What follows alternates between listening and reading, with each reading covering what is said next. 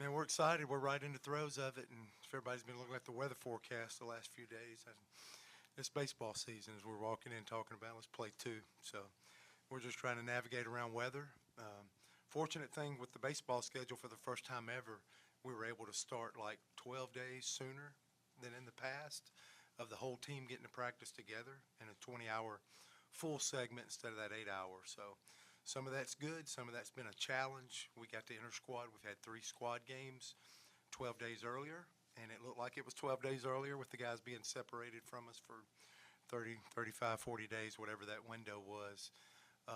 But I can kind of see it as a positive moving forward that we got to lay some tracks earlier and get to play the game of baseball a little sooner. So as we start up for this second round, I'm really looking forward to trying to clean up and brush up on some things. I think I got a group that believes in themselves. Coaches believe. Outside noise is kind of favorable on this ball club, but we're far away from living up to that with the first tracks that we laid. But that's what we're here for, and that's why we're trying to push through getting this second round of squad games going. Schedule's great. You know, the 4 or 5 years here that we've tried to intentionally build a top 5 schedule in America.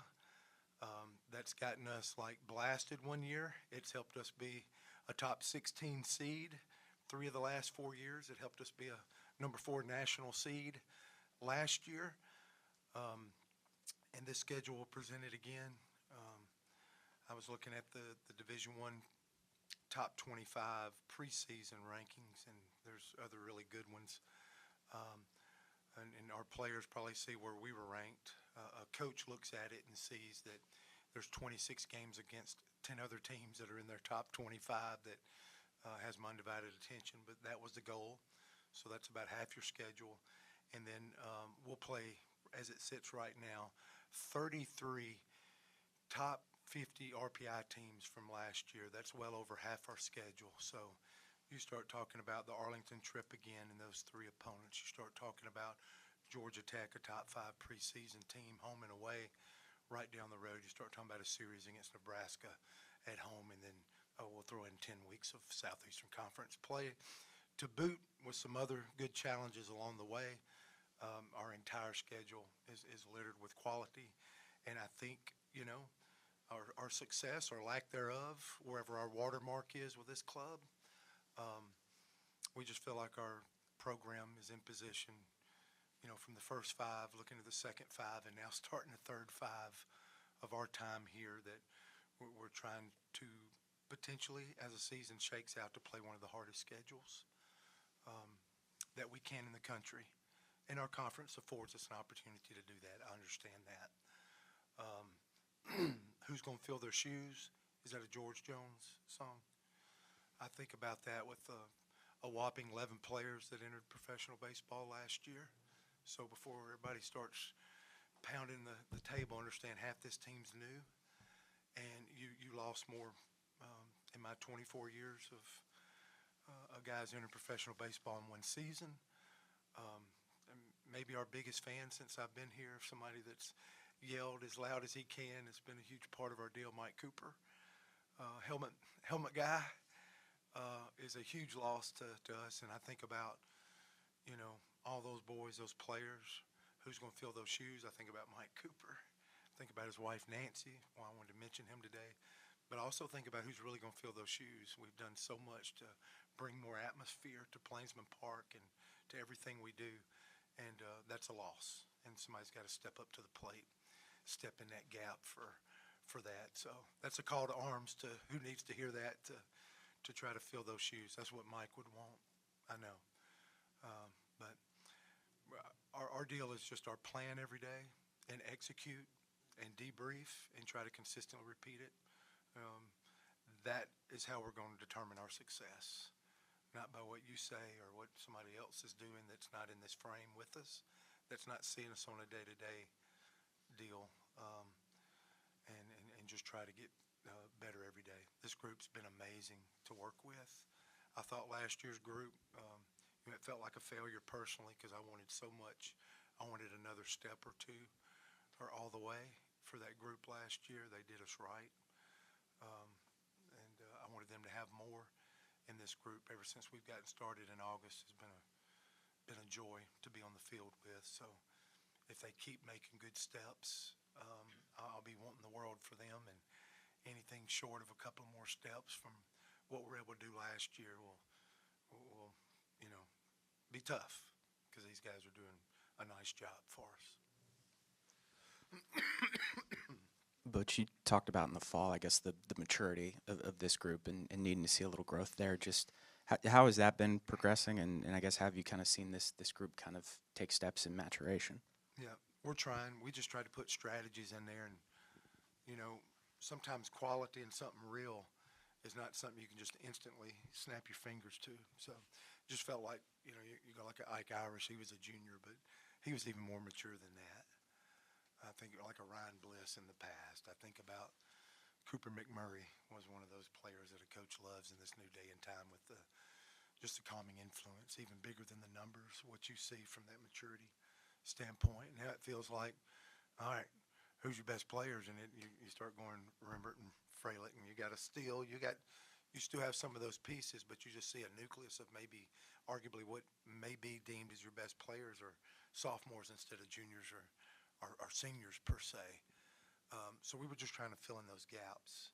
I don't think I know what deal that is, but that's what coaches do. We're trying to forecast out front what could the challenges be. Our players did, I think George put it out a couple of days ago, our legacy leaders, our captains were voted on by our players, and they came up with Lucas Steele, who's done a marvelous job. It's one of the best step-ins.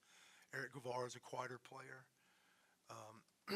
But those players absolutely adore him, respect him, coming back from that ACL and just working every day. A guy by example. I'd put Chris Rembert in there as well. Just his play, how hard when he hits the ball, how he runs, how he prepares every day. We were playing a squad game the other day, and a player goes straight into second base like they're supposed to, and he's tagging him out, but there's that little finger exposed, and take a spike or two right in there, and he just hangs in there and battles and wants to keep preparing, and he wants hard instead of easy. He's one of our captains. And then mild surprise for me, and I didn't know at the moment, but Alex Petrovic has been around. It's like we've built him up. He's had a couple of injuries, had a couple of nice starts, but has missed a lot of time, honestly. But those players say he is the pitcher that absolutely has done the most to teach younger guys and do all that. So maturity's been a word where I haven't tried to force it, but something we paid attention to and really tried to talk to these four captains and really tried to see whatever we could do. I was having them run laps the other day, but I had them run with partners just to try to get, young and old, any which way we can to be intentional, but kind of let that organically grow. Because, we had 3 freshman All-Americans last year. They were pretty good. But I wonder with what we left, where's our maturity at? And that's something I've been thinking about for a while. But in this day and age where teams are older and everybody's getting older, you had 3 freshmen that stepped up last year, and look this year, and you go and Ethan Bingham and Mason McCrane. You got a couple of those young guys. Just talk about the opportunities that you see for maybe a couple of those young guys, even though this is an older team too. Well, I think everybody's trying to do strategies now, right, for their program. And even if it's the same sport, even if it's a different sport, you're trying to grab stuff. Ours is still young and old. We feel like if we can get some of the best high school players in America that is ready to play, and we have that feeling, we're going all in. Hopefully last year's just not one of those that can't keep recreating that. And I'm kind of bullish on it because I believe in Ethan Bingham, and he's going to get the ball first to start the squad game today. I want him to earn it, and he's earned it. He threw 73% strikes the first round. That's the one flag we're waving for our pitchers, and I don't care. Maturity, freshman, senior, we've already got 15 starts in you. I think it's okay for these guys to still earn it. I think they're good with that. Maybe not crazy happy, but they understand the journey where we have to prepare and not be given stuff, now more than ever maybe. And then Mason McCrane is, I don't know, left-handed, 6'7", has all the tools, but talent alone. You know, if you're naked with talent, you're just, it's hard. You know, you got to have some charisma. You have to have confidence. All those things that you see with freshmen, it's less about the talent for them to get on the field and be freshman All-Americans. It's skill. A lot of guys have skill that aren't even on the field or playing well. It's the maturity. It's handling adversity. It's failure. I still think our failure is more packed in than any other sport. And then you take a hitter and he fails 7 out of 10 times, and he's a good hitter, and potentially can be something for you.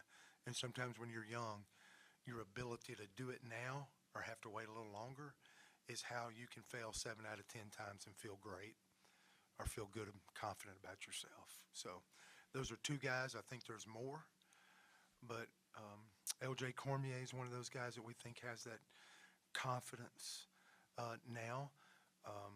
Is it as electric as it's going to be as he continues to grow? No, but he's showing some of those elements and a few more without forcing it. And a lot of guys to talk about maybe ahead, but we're going to continue to do that because we built this team to do that for another year. So if those guys aren't ready to go, somebody's going to have to fill in those shoes because we have built this to get us a couple of position players, a couple of pitchers, young, to keep coming to this program to mix in with older players, as we're talking about a lot in college athletics today. But you mentioned the outside noise, and there's no question that they all see where you're being, talked about and picked. A lot of times in the past, it's been try to prove and earn the respect. You've got that respect now, but does that change the way you approach things here, or how do you handle them? The players and everybody knowing what the expectations are. Yeah, I just think I say it's work from the past. I keep telling our guys I sure don't apologize. I'm greatly thankful, a lot of gratitude for seeing how Plainsman Park's coming along, seeing how people have continued to. We've already sold more season tickets than ever before. We've done that 4 years in a row. There's no apologizing for us growing. And people thinking more of our program. The only time that becomes a problem is if our ego gets out of whack. I know Scott Adams, he just passed away. He did the Dilbert comic strips for forever, and he had a thing on ego. One of my friends sent me. It's like you can't start feeling like you're something or greater than you are. That'd be kind of like thinking you're an original Picasso. You would handle yourself with kid gloves. You wouldn't want contact. You would shy away saving it for a game. Or when you think too much of yourself, it's hard to get down and get dirty every day. And the difference in walking up original Picasso, I think, was the deal. 2 blocks to a gallery, you'd be scared of the rain. You'd be worried that somebody's going to try to take it from you because it's so priceless. And then if you go back and they say, okay, take this potato over there now, and you. Okay, no problem. You'd drop it in your pocket, and you'd walk a little bit. If it fell on the ground, you'd pick it back up, no problem, give them the potato. Our ego needs to be a little bit more like a potato right now. We threw 55% strikes the other day in a squad game. So if you're this, the world's telling you this or the world's telling you that, if we go 3-5 to start, we'll be out of the top 25. I mean, it's no game to play with the external stuff. It's just we have to get to the point where whatever our standard is, of trying to suffocate the strike zone is 62, 64%, we're 9% off. That's what I mean by plan, execute, debrief it every day, and then consistently repeat it. How good we are at that is our success. John Wooden called it straight lines. I brought my balloon today. I don't know if this will blow up or not. And, y'all have heard me do the John Wooden before, just talking about straight lines, and he wasn't watching the scoreboard, but if you watch and see how your guys are running straight lines, if they did good at that, they would get open more, and they'd get in better positions for rebound. When they rounded everything off and just wasn't performing their straight lines, they couldn't get open, they couldn't get in good positions, and that's all I want pitchers to do. As much analytics as we got floating around, I want 62, 64% strikes, period. That's the one flag we're waving. Our offense, all we're asking them to do is to get the leadoff man on. Because last year in the SEC, teams in our league scored 1.8 runs per inning when the leadoff man got on. That's a straight line for the offense. And with half our team new, which means, whoever plays short, he might have a new third baseman to his right, new second baseman to his left. We must communicate on defense, and I'm not talking about needing a pom-pom. I'm talking about I'm one step in the hole. I'm one step deeper. I'm here with 2 strikes. I'm up and over and in to defend the flare here because it's more likely for an off-speed pitch. So let the guy in front to your right know where you're at and where you vacated positioning because it's probably somebody new than last year. And I blew up this balloon the other day for our pitchers in front of y'all are the whole team. I blew it.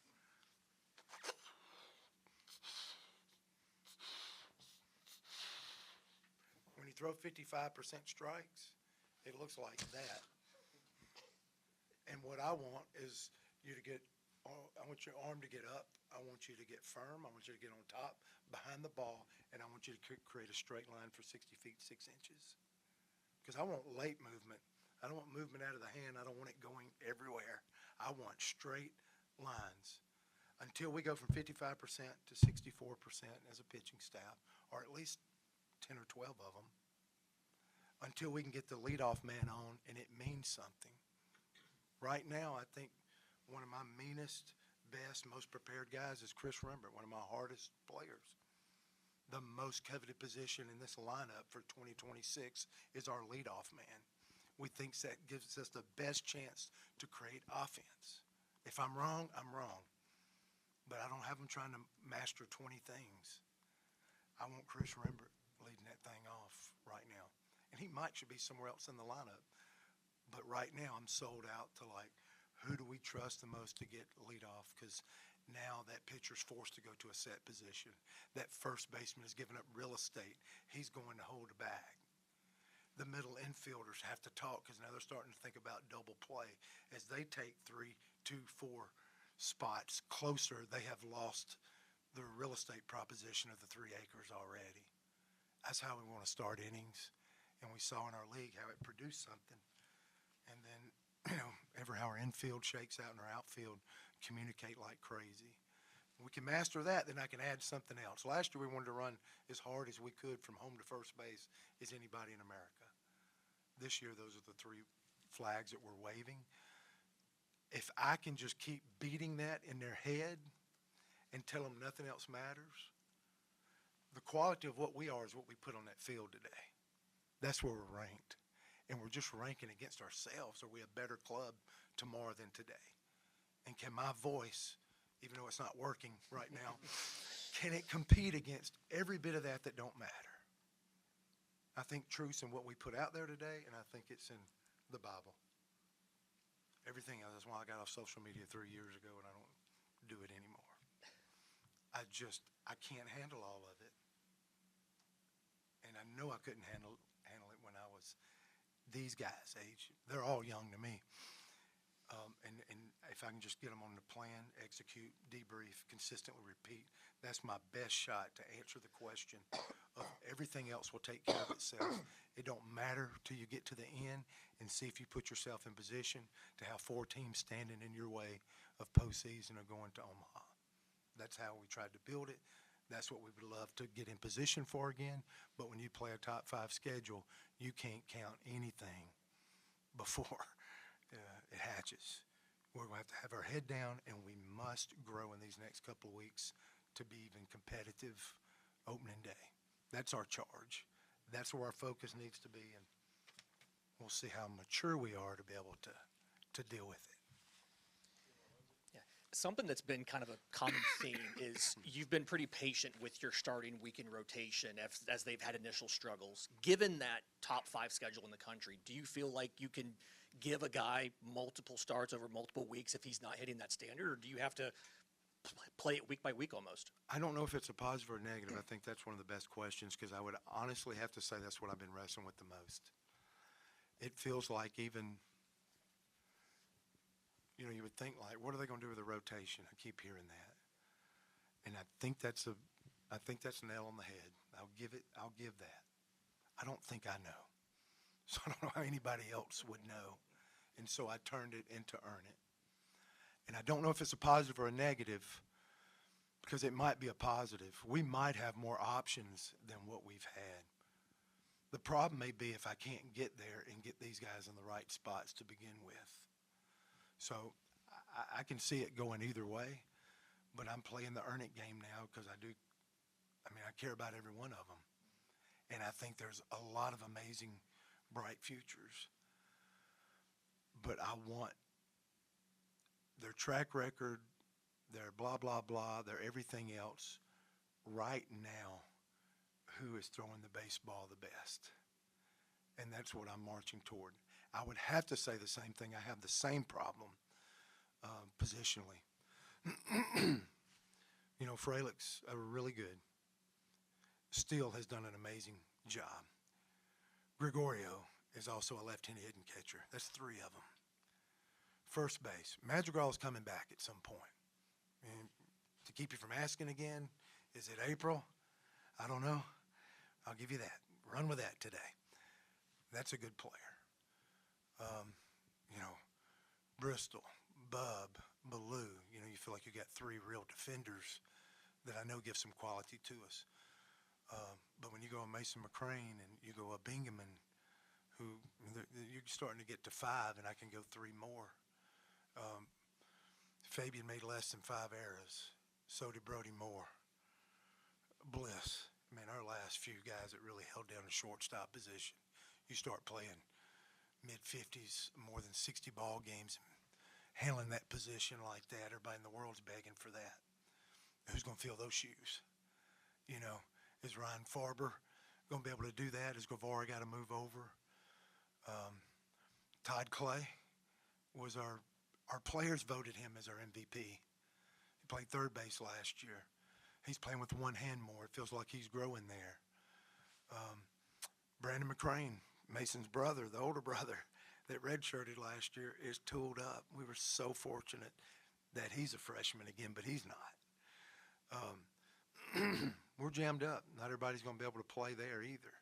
How are we going to manage that? And I'm just saying it might be a great problem, and it might be a negative thing. This might be because it is a little more jumbled up on both sides of the ball. This 3-game series, we've already tried to plan it out because we need to see guys in different spots because the competition's getting real.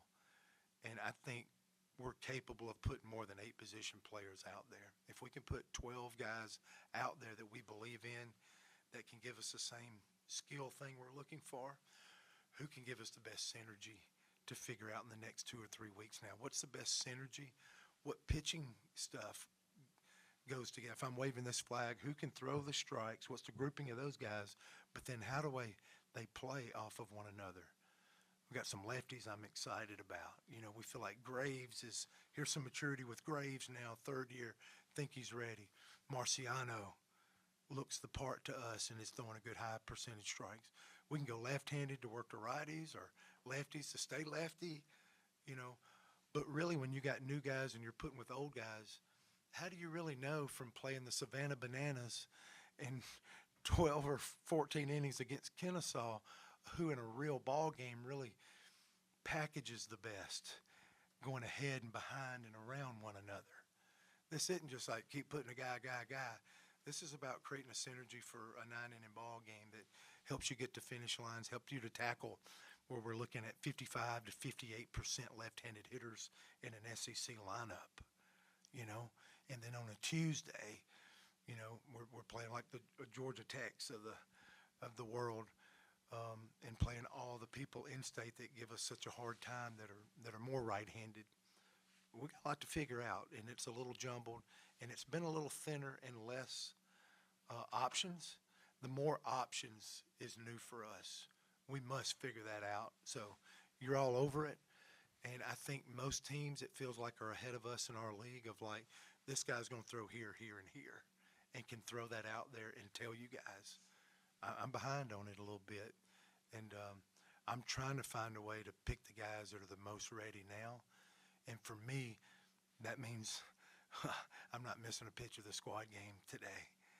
And I want the rain to hold off and find us a window because we're behind where we've been in the past, but we do have more options. And I don't know if that's a positive or negative yet. Coach, you just mentioned him, Todd Clay, the hometown kid. Can you just talk about what impact you hope for him and why he was voted MVP, in your opinion? Yeah. I think players just respect players. When I first got here, I was picking the captains. I don't know. I was assistant for 23 years, and then I'm try this head coaching thing, and I just learned. I think it's more powerful when it comes from your peers. When if y'all get, I don't know how y'all do y'all stuff. When y'all get voted for something and it comes from your peer group, I just think it's more powerful. I would just say, I mean, he has a great repeatable approach. We see a great approach to hit every day thus far. We've seen him grow defensively, and we've seen him commit to that. His body's changed, and I don't mean it had to. They don't have to look pretty in a uniform to be a great baseball player. A lot of us have proved that through the years. But it's just been an increased work. He's locked in, and I think they respected it. We've run 4 or 5 baseball camps. I heard through the grapevine his mama makes him work those camps because they're right here in town, and when we do something, that's how you connect to this community. That's how you make a difference, and you're going to invest. So I think he's been given some really good advice on how you walk in the door and you're new and how you're going to fit in. And it's getting in there and grinding and doing everything instead of running away and doing the bare minimum. I think it's harder when you're close and you're 2 miles away to play. I think it's easier to travel further and not have those same pressures. I think it's hard to live up. I think like where you ranked or whatever people thought of you, or you got more people saying, hey, your coach is no good, or you got more people around town asking you questions, man, you're not hitting good now, or all that. It's harder close when you're in a frame like that. And all he's done is put his head in. Every time we do something to build and try to promote our program, he's been engaging in that. So he's done everything to this point to be enduring, but you can't fool your teammates. They're in that locker room. We're in there. We're with them every day, but that locker room is theirs, and no locker room is going to let you walk in off the street and then in 3 months' time say they were our MVP when you have players that have done some things in that locker room. He did something, and I don't have the full story, but he has instant street cred, which is hard to walk off the street and do that in a locker room in a short period of time. So I tip my hat to him. And hadn't played a game yet, but that's pretty good walking in the locker room, getting instant respect. So what it does tell me is they think he's a player that they believe in that can help us, be successful. Yeah, Butch, not as good a questions as my fellow riders, but who's been swinging the hottest bat so far for you guys, or some guys that have really been doing well offensively so far? Yeah, it was 3 different days. It was kind of ping pong the first game, just kind of boring. I watched a couple of points and just back and forth, generic type stuff. I would say the collapse game 1 or our challenge was our defense, and it was like they've been hitting in the cage, they've been throwing, they do all the guys do a nice job. I think around the country there's more training and stuff going on ever in our sport, but the communication, getting to the right spots, playing on a 3-acre field again, the pop-ups, some little things like that. Team defense was a struggle.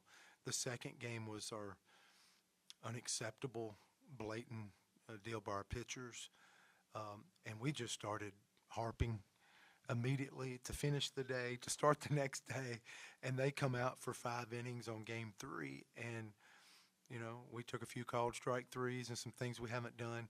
Those pitchers turning it around and getting back to mid-60s and guys really throwing a percentage of strikes.